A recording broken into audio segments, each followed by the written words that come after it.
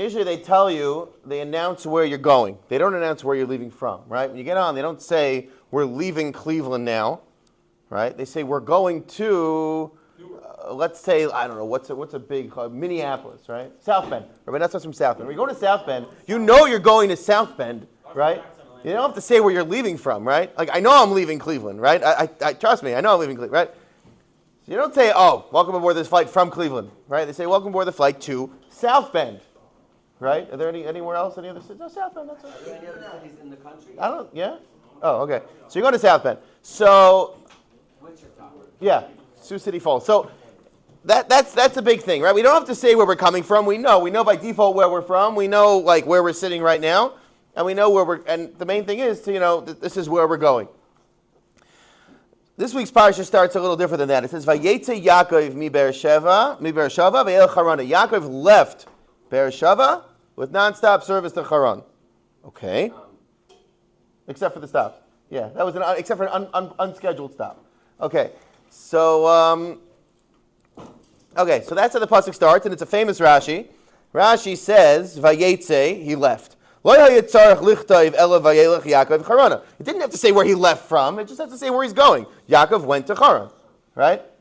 You don't say where you're leaving from. You talk about your destination. So why did it talk about where he's leaving from, his point of origin? That when a tzaddik tells us that when a tzaddik leaves a place, it makes a huge impression. Makes a dent. What? Hold on 1 second. What? There you go, Reb Zev. Yeah, so when Reb Zev is on the plane, right? Or when Reb Zev gets on the Greyhound, right? So that's why they say it. Okay. Shebizman shad tzaddik be'ir, so long as the tzaddik is in the city, hu haida, hu ziva, hu hadara, he's the glory of the city, he's the stolz of the city. Yatsa misham, he leaves, pana haida, pana ziva, pana hadara, it's all gone. It all leaves.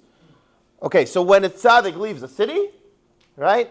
It's like there goes that's the symbol, the pride, the stolz of the city is gone, and that's what the pasuk's telling us. It's important to say that Yaakov Avinu left, because when Yaakov left, it was like, whoa, there goes Beersheva's like, wow, like there goes the Rav of the city. So let's imagine, right? I want to just talk about the Kushners a little bit. Let's imagine, right? Rabbi Kushner, Rav of Canton, right? And after many years, Yaakov Yisrael grows up, right? And Canton Verstetzach, it's a bustling community, and it grows, and right? And Yaakov Yisrael, as he grows up, they realize that there's a need for another shul, right? A Shabbos shul, because people have Shabbos, whatever. Okay, they open a shul there, a second shul, and who becomes the Rav? Right? Right? Not the shuttle driver, the Rav. Who becomes the Rav? The Rav is Yaakov Yisrael. He gets unanimously voted on by the entire board, and Mr. Genchev says that he is going to be the Rav of the new shul. There's a Gudath Achim, and now Gudath Achot. I don't know. Fine. So now we got, what's it called? We have this big bustling city of Canton, and we have two Rabbanim. We have Rabbi Kushner, who's the senior Rav, and then there's Rabbi Kushner, and then there's Rabbi Kushner, Yaakov Yisrael Kushner, or maybe Rabbi Kushner becomes a Rabbi Emeritus. Emeritus is an old Greek word which means retired rabbi with a good parking spot, and so good. So we have the two Rabbanim. Fine. So Rabbi Yaakov Yisrael is doing extremely well, and all of a sudden he gets an offer from a much bigger city, a bustling metropolis with a huge shul, an offer he can't refuse from, let's say, South Bend, right? Right. So he flies from Akron, Canton to South Bend, and a month later he gets there. But now, so there's a whole Sudas Preda, the whole situation. Now we're leaving. Goodbye. The Rav is leaving. He's leaving Canton, and it's a major thing. And people are talking about it. People are like, "Wow, like that's it. Like, what is Canton without Rabbi Yaakov Yisrael Kushner?" Right? Like people are like that. That's our whole stoltz. That people know. That's what people know of Canton. Right? That's it. He's the man. There's also Hall of Fame, but he's the man. So what's the obvious kasha over here? People are like, that's it. The city's finished. What's the obvious kasha here? Okay, so Yaakov Yisrael left. You still have Rabbi Kushner. His father's still there. Hello? That's it? That's the end of the city? Right? His father's still there. Maybe it's because people don't know Rabbi Kushner so well. I don't know how many people have asked, like if you say, like, who are you? I've never heard of Rabbi Kushner. I don't know, could be. What? Oh, very good. Who is still there? Yitzchak and Rivka. So you're telling me Yaakov Avinu leaves. So I was thinking that maybe because Yitzchak was blind, there's a certain Indian that somebody who's blind is as if he was nifter. Could be. But this always bothered me. Yitzchak Avinu, right? Like, hello, his father, right? Not just if Yitzchak left, we would say because Yaakov Avinu, because Yitzchak was more chashuv, because I don't know. Yaakov is a Becher Shabbat. I could do the mumbling thing, but I'm not running the clock yet. So, like, hello, what is this? So, this is the first year I actually had this question for years, and this is the first year I found that Kli Yakar talks about it, because it's the first year I actually looked it up. And, what? Right, and the Kli Yakar says, he talks about it, he performs the kasha, is very excited. So he gives different answers. One of them is to show that, no, fakir, like even though Yitzchak and Rivka were still there, like the fact that Yaakov left still made a dent. Okay. But Pasha Pshat and Rashi, like what's going on over here? Right, so I'm coming off of Rashi. Rashi's mashma, you're saying, right, Rashi's mashma, the city was over. So, here's what I was thinking.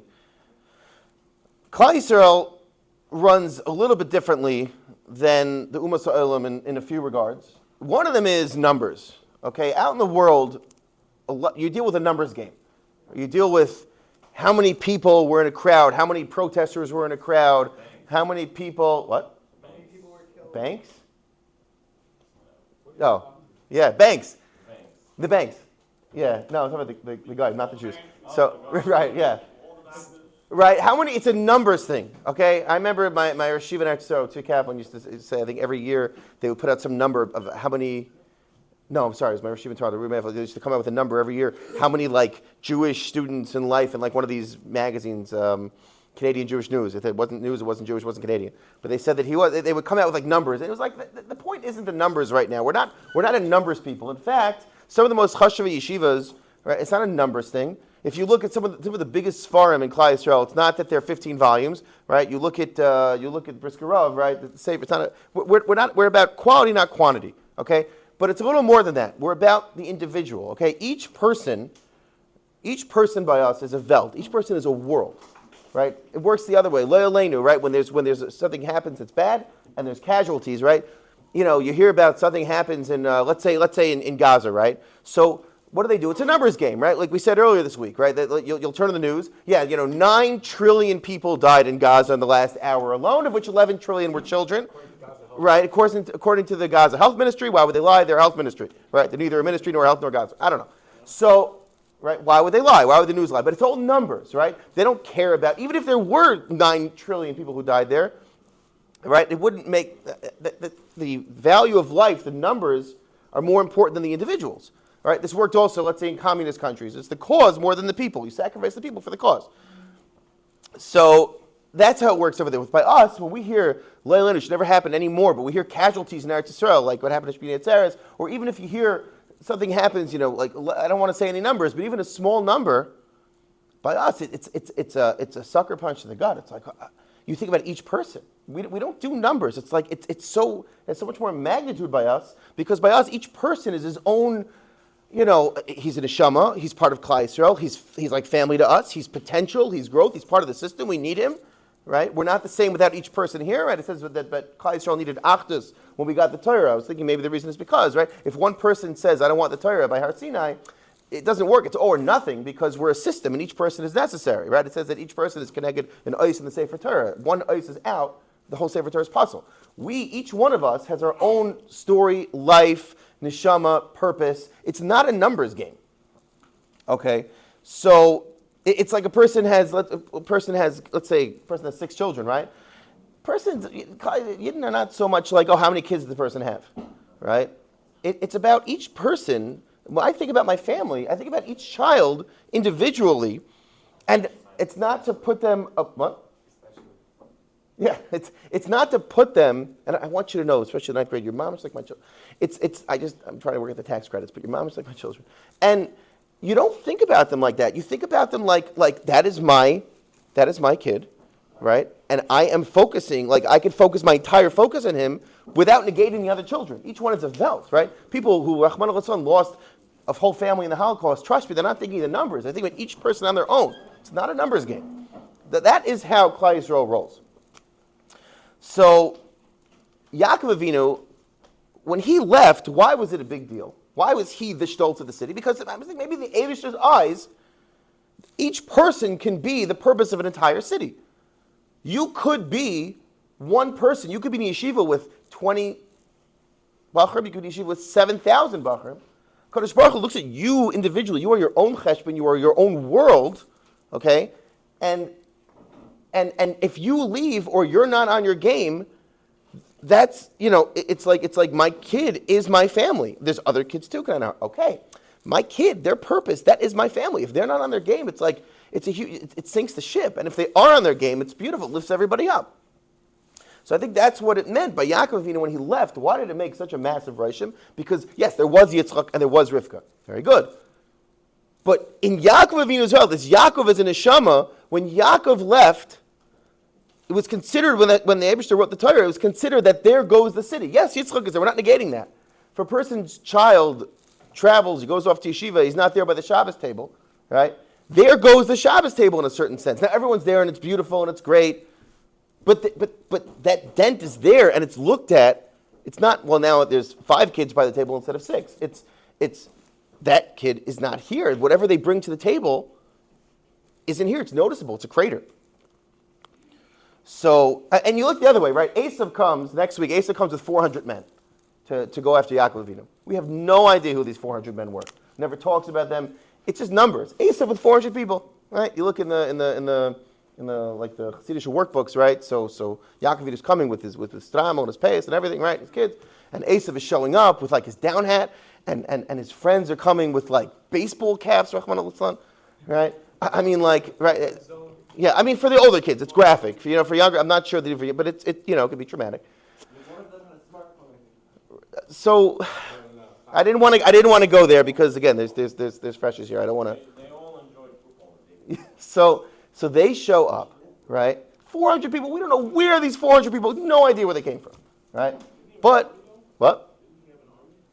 Yeah, I don't know. Like maybe they were mercenaries. Maybe he hired them, right? Maybe like you have today. Maybe he gave them some money, right? Today, all these big protests out there, right? What happens is they get, they'll pay you some money in America, right? So anywhere, and they'll say, okay, go show up for this protest, right? Go wave some, funny flag. Right. So maybe it's cheap. It's numbers. We need numbers by a protest. We're going to put out as many resources as possible to bring in numbers. Do I care about the person? No. Did I care about them yesterday? Do I care about them tomorrow? No. Esav? Probably not. Rabbeinu Yonah, the famous Rabbeinu Yonah says that when a person is like totally subsumed in his taivas, so I had a South African chavrusa, that's how I know that word. When a person is subsumed by his taivas, not taivas. When a person is like totally in his taivas, he can't be part of a greater society with people around him. He's not going to have friends because nobody wants to associate with somebody who's totally hyper-focused on his own wants and needs. I don't know if he'll take advantage of, or just like no one's interested in that. So these 400 people, probably there was self-interest. They'd get something out of it. They'd get money. I don't know what. But Esav it was, I'm sure when Esav wanted 400, the cheshbon was, I want 400, not 399. I'm going to do everything I could to find them. And if they die afterwards, I couldn't care less. By Klal Yisrael, it's the other way around. By Klal Yisrael, each individual is a velt.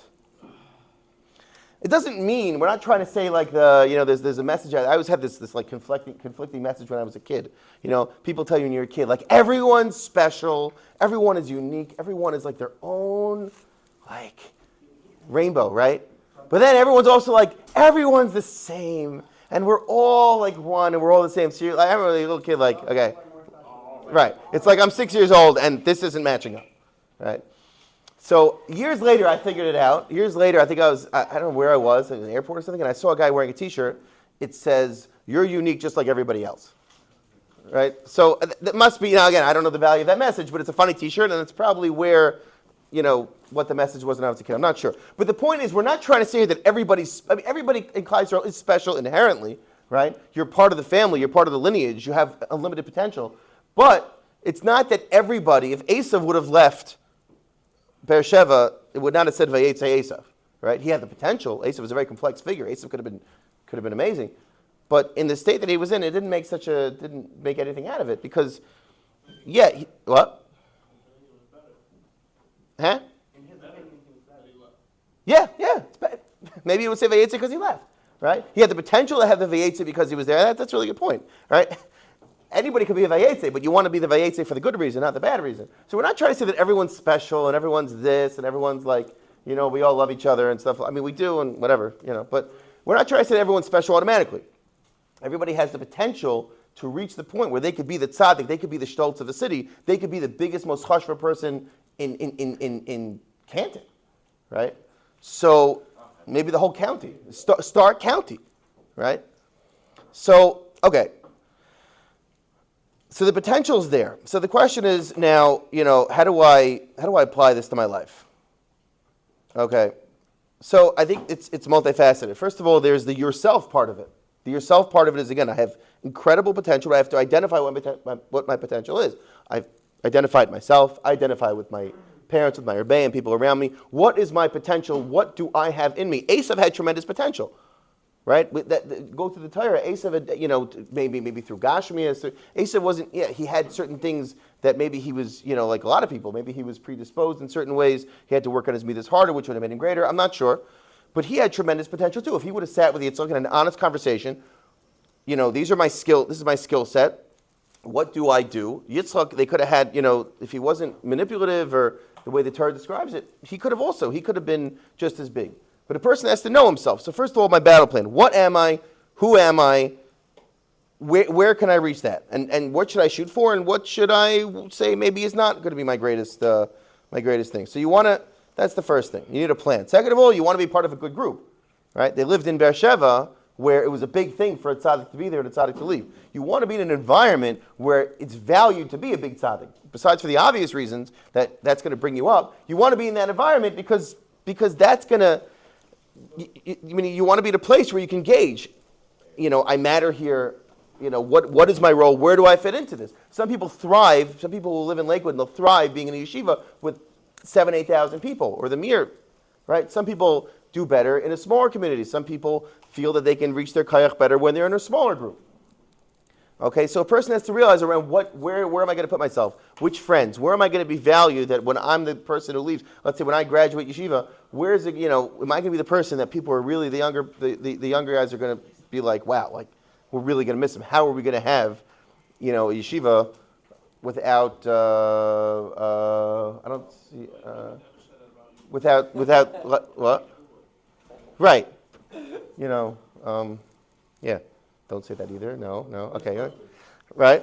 That's what I was thinking of. Yeah. The no-show. Right.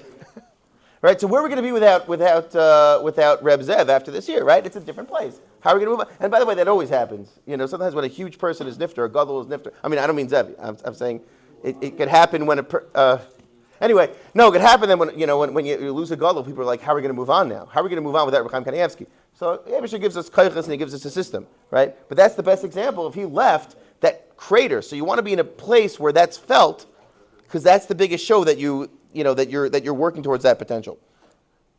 The second thing is realize that you are going to be in different settings in life. So there will maybe be a point where let's say you're sitting in Mir Yeshiva and there's thousands and thousands of people around you. A person has to realize that, let's say, even if he is the person who'll do better in a smaller setting, but let's say you're in a bigger setting, realize that 6,000 people, if I don't come to Seder today, if I sleep in, no one's going to notice, no one's going to care. That's a really big Yetzer Hara out there, because a lot of people, statistically, I figured this out, the biggest yeshivas have the most people. Okay? Right? That's not even verified by the Gaza Health Ministry. Okay? So the biggest yeshivas have the most people. So statistically speaking, okay, you might end up in a situation like that, and you have to realize, hey, you know what? Maybe one day I dream of going out of town. I dream of living in South Bend. I want the life, that the Nussbaums made for themselves over there, right? I want to live in Canton, but for now I'm in a place where there's many people around me. Remember, if you're not there that day, that's going to be the same thing as Yaakov Avinu. That could be the same thing. You are the Hoyd, the Ziv, and the Hadar of this yeshiva. And if you're not there, the Eibishter and the real map in Shemaim is looking at you and saying, you didn't make it there. So there goes the whole glory of Mir Yeshiva. or you had a great day there, you're hitting your potential, that's it. This is like tzaddik bala'ir. You show up, whoa, So,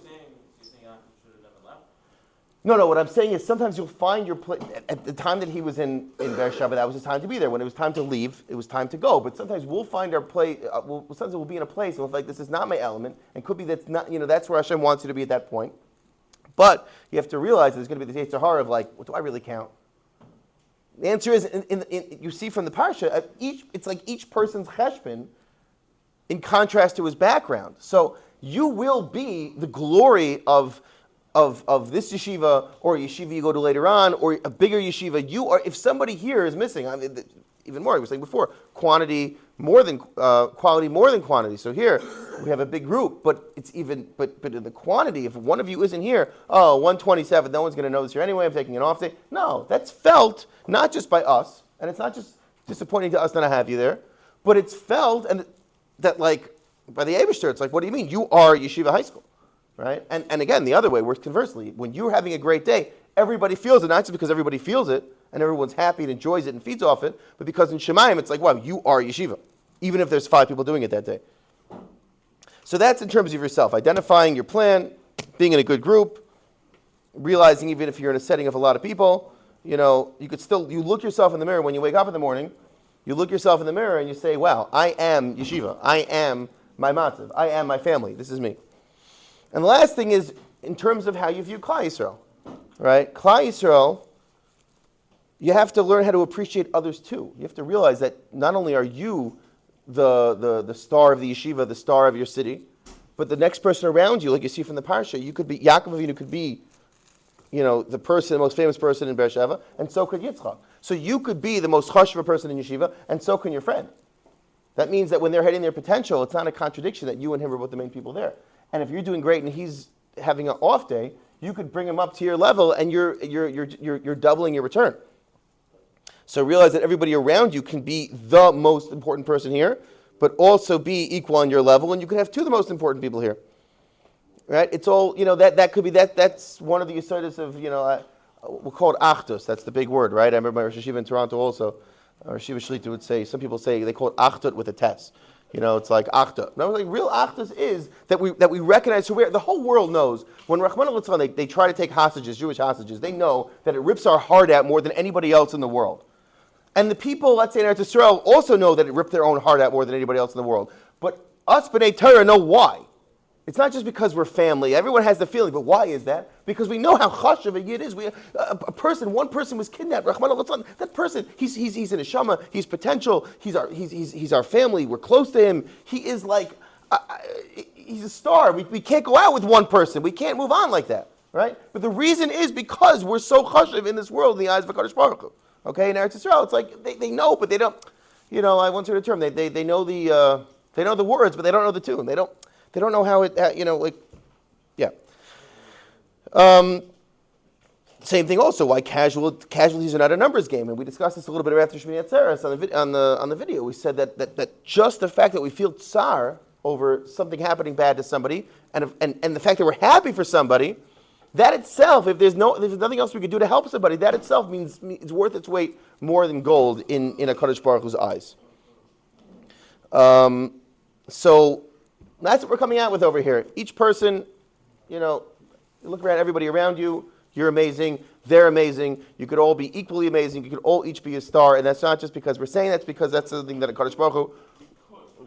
And you have to do it. Realize your potential, and realize if you're having an off day, realize you have to bounce back because it's going to be so sweet. And when you have that on day, you have to relish it and cherish it. And in Mitzvah Shem, this is something we take with us. Have a wonderful Shabbos.